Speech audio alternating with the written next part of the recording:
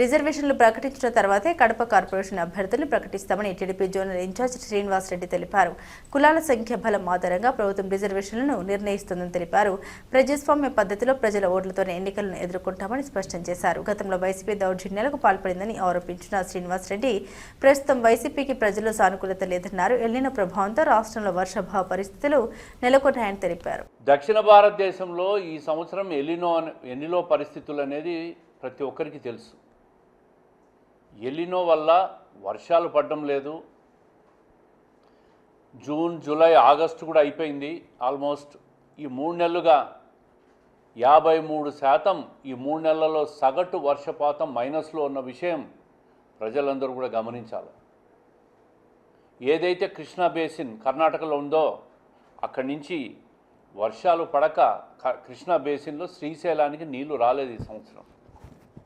ప్రతి సంవత్సరం గత 2 సంవత్సరాలు 24, 25, 24లో కానీ 25లో కానీ దాదాపు 2000 టీఎంసీలు నీరు శ్రీశైలం, సాగర్, పులిచింతల, ప్రకాశం బ్యారేజ్ నిండి సముద్రం లేకపోయిన విషయం కూడా మనం అందరం గమనించాలి. నీళ్లు తక్కువైనప్పుడు సహజంగా నీటి యుద్ధాలు రావడం కరెక్ట్, అప్పుడప్పుడు జరుగుతుంటాయి. నీటి నాటకాలు అనేది వైఎస్ఆర్ కాంగ్రెస్ పార్టీ మాత్రమే ఆడుతూ ఉంది. అసలు ఎల్నినో పరిస్థితుల మీద మీకు అవగాహన ఉంది అని అడుగుతూ ఉంటా. ఏ డ్యాంలో ఎన్ని నీళ్లు ఉన్నాయో మీకు అవగాహన ఉంది అని అడుగుతూ ఉంటా. మీరు చూసింటారు, ఈరోజు గండికోటలో 12.7 టీఎంసీలు ఉన్నాయి నీళ్లు. అదేవిధంగా చిత్రావతిలో 6.4 టీఎంసీలు నీళ్లు ఉన్నాయి. మైలవరంలో 2.04 టీఎంసీ ఉంది. పైడిపాలెంలో 3.67 టీఎంసీలు ఉన్నాయి.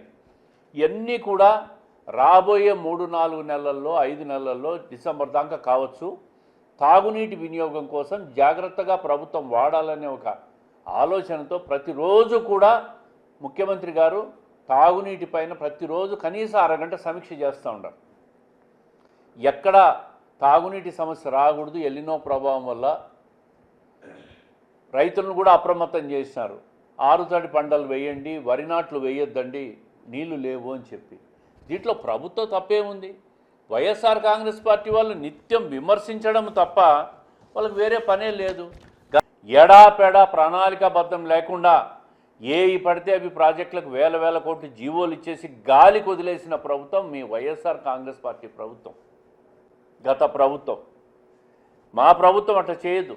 ఎంతో ప్రణాళికాబద్ధంగా పనిచేస్తాం.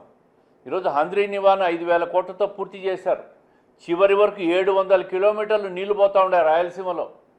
కడప జిల్లాలో గండికోట జిఎన్ఎస్ఎస్ కాలో పూర్తి చేసేదానికి 1,500 కోట్లు హార్టికల్చర్ ప్యాకేజీలు ఇప్పటికే శాంక్షన్ అయ్యి టెండర్లు పిలవబోతున్నారు. ఈరోజు వైఎస్ఆర్ కాంగ్రెస్ ప్రభుత్వం ఏంటి? కాంగ్రెస్ పార్టీ నుంచి పుట్టిన అసోసియేట్ పార్టీ. కర్ణాటకలో మీ కాంగ్రెస్ పార్టీ ఉంది. జగన్మోహన్ రెడ్డి గారికి డీకే శివకుమార్తో సత్సంబంధాలు ఉన్నాయి. మరి రాయలసీమకు నీళ్లు కావాలంటే ఆల్మట్టి నుంచి, నారాయణపూర్ నుంచి ఒక 100 టీఎంసీలు నీళ్ళు రిలీజ్ చేయండి శ్రీశైలంకు.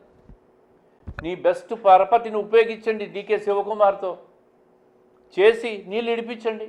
నీటి వినియోగం తీసుకొని రాయలసీమకు నీళ్ళు తీసుకొస్తాం. డ్యాంలో నీళ్లు లేనప్పుడు, వర్షాలు పడినప్పుడు, కృష్ణా బేసిన్ ఎడారి అయిపోయి ఎండిపోయినప్పుడు ఎవరు కూడా చేయగలిగింది లేదు.